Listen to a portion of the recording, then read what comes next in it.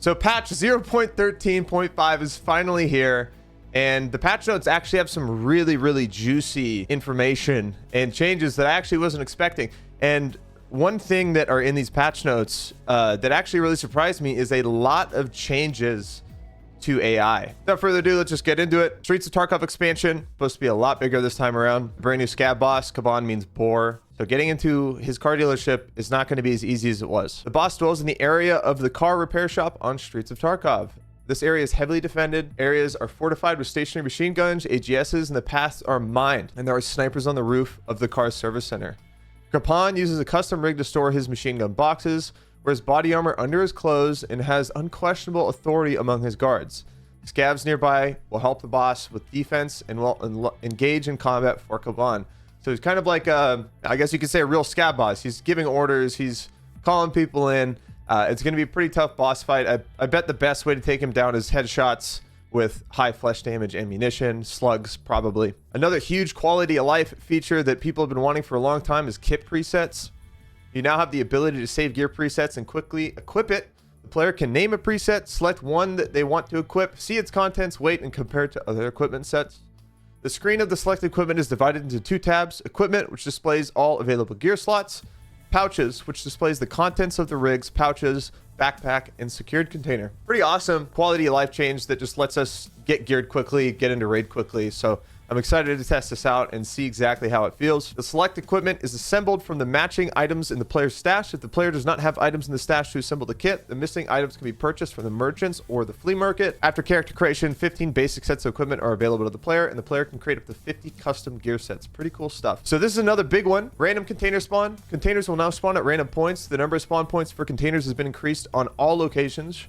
Large wood crates, same as Terrorgrid crates. Large cash registers, filing cabinets will now always spawn at their respective locations. So we can kind of expect to find certain types of containers where you kind of expect to find them. Obviously, cash registers in stores, filing cabinets in, like, you know, more probably like office areas, and Terrorgrid stashes probably everywhere. Another like minor, most requested feature: sidearm quick stop. When the holstered weapon hotkey is pressed twice, key 1 by default, the character will swap weapons quicker.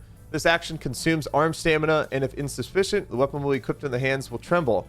Upon training, weapon mastering, and corresponding with the weapon type skill of arm stamina consumed on quick stop will decrease, and the speed of action will increase. So if you like a specific type of handgun, use it a lot, level up that handgun's mastery, and you'll get some more bonuses from it. Next one is improvements to peaceful behavior of bots. Again, this is what I'm talking about. A lot of changes with AI this update. They seem to be acting a little bit more naturally, which is pretty cool. Added routes for looting containers by scavs on Streets of Tarkov locations. So now scavs themselves, AI scavs, will go on loot runs, and they'll go to containers and likely open them and grab the items inside. So if you do not go to a container, a scav will do that before you. You're gonna have to hunt those scavs down. So this means AI scavs will have a lot more loot on them. The barrel of bots' weapons oscillates up and down slightly during peaceful walking. Peaceful routes of bots now have slight deviations from straight line in between points, mimicking the player's movement. During combat or in case of danger, the bots will turn to the ready mode. So this means that AI will be at a low ready. So they're not just like walking around like this, like you know, dumb sentries anymore. They're actually going to be like relaxed and looking a little bit more natural in the world. I do think it kind of, I wish the player could get this. I don't know why we haven't gotten the like low ready mode if bots get it, but hopefully this means we'll be getting it soon.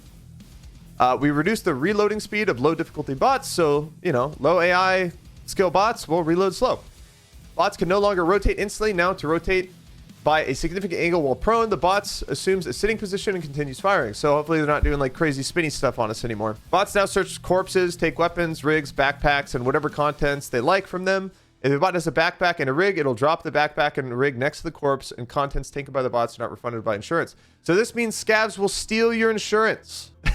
If you're not careful, AI will literally steal your gear and you won't get it back. Bots can share an item with the player playing as scavs by calling them out. So they'll like give you stuff and maybe help you if you need stuff. Improved visibility of bots at dusk. Now it corresponds more correctly to change the light level. Flashlights still give better visibility at this time of day. So if a scav does not have flashlights at night, it means they're not going to be able to see you as well. Corrected spawn time when playing as a scav on all maps. So maybe this means we get in raids earlier. Maybe it means we get in later. Obviously, this is just an adjustment to how we get into raids at what time as a player scav. Bot groups. AI scav group system has been improved. Now a group of scavs that will operate as a team will spawn at a certain chance. They're going to be better organized in combat and are essentially small gangs. So this means there will be AI scav gangs, which is pretty cool. Definitely looking forward to seeing how this turns out and fighting some scav gangs. Commands to bots. While playing as a scav, new commands to bots are available for the player. The chance the bot will execute a command depends on the reputation with Fence. All commands have a cooldown. Help. When this command is used, all bots with certain chance in a significant radius will go to the player and engage in combat with the enemy. So this means you can literally just be like, hey, I need help, and they'll come and help you out, which is really awesome. Spread out. With a certain chance, the bots with a reasonable radius will take cover and spread out in the area. So you can obviously kind of make them get ready for like an ambush or something. Take cover. With a certain chance, the bot select the player will take to the nearest cover.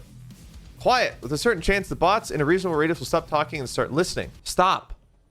With a certain chance, the bots next to the player will stop for a short time, look at the player, and then continue moving. Now the command to follow when playing as a scav can be given not only with a gesture, but also with the phrase follow me. So again, a lot of changes to AI scavs, a lot of cool like scav type content and updates this patch. So cool stuff to look forward to. The user interface of trade, quests, and Ragman services have been redesigned. The player can now quickly equip or replace an item with any of the available items in the stash via drop-down menu by clicking the character slot. The FPS meter no longer overlaps the raid timer. Double-clicking the consumables automatically uses the item. In terms of functionality, double-clicking is similar to use option in the context menu. So double-click pain meds, double-click food, etc., etc. You can turn on the tactical device or helmet-mounted lights by pressing the H key. You can switch modes of the tactical devices by pressing Control H. The list of available mods for the OpsCore helmet rails, as well as 6B47s, has been expanded. So obviously we just have more rails and functionality with certain helmets. When holding the 420 hotkeys, when using a first aid kit or other medical supplies, a drop-down list by body parts will now appear. When using a first aid kit, the list shows all of the character's wounds when using other medical items. Only the body parts that can be healed with the item are shown. To activate it, you need to set the hotkey mode to release. Added new images to the loading screen. Very cool. Another new feature is the gun stand. New module weapon stand has been added to the hideout. The stand has 3 levels of pumping. Probably mean leveling. Each level can hold a certain level of weapons. 1, 108 cells. Level 2, 132 cells. Level 3, 182 cells.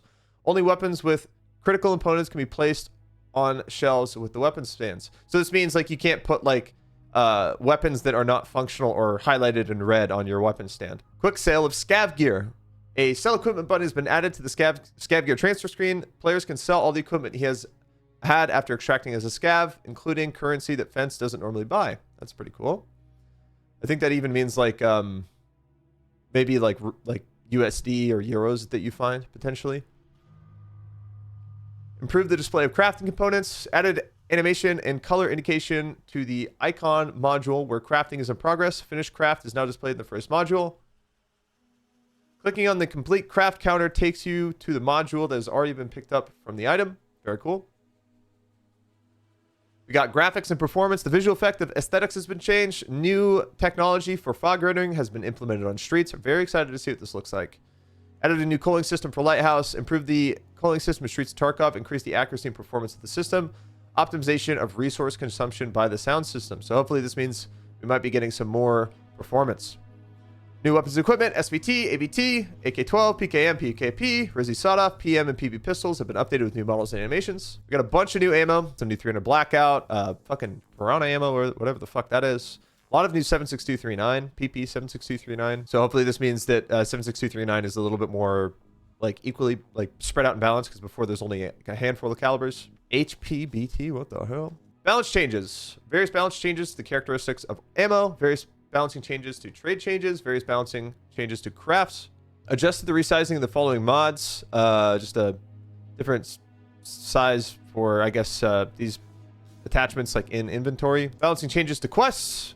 Lots of changes to these quests here. Not going to bother reading these out. Shooting range. Reduce the requirements for building level 1 module. New requirements. Defective wall, gym. So hideout might be a little bit easier or harder to level. And bug fixes. Not going to bother reading these either. Feel free to check them out. And, well, there you have it, guys. Those are the patch notes. Again, I wish this patch still had a lot of the stuff that's in the December update, aka like armor system, vaulting, recoil changes, weapon collision systems, weapon mounting and bracing, shit like that. But overall, pretty solid update, and we're going to be playing it today, actually. So if you guys are coming by Twitch, we'll be live here, hanging out, getting some raids in. So curious on what you guys think about the patch notes. Thanks for watching the video, and hopefully we'll see you guys in Tarkov. See you later.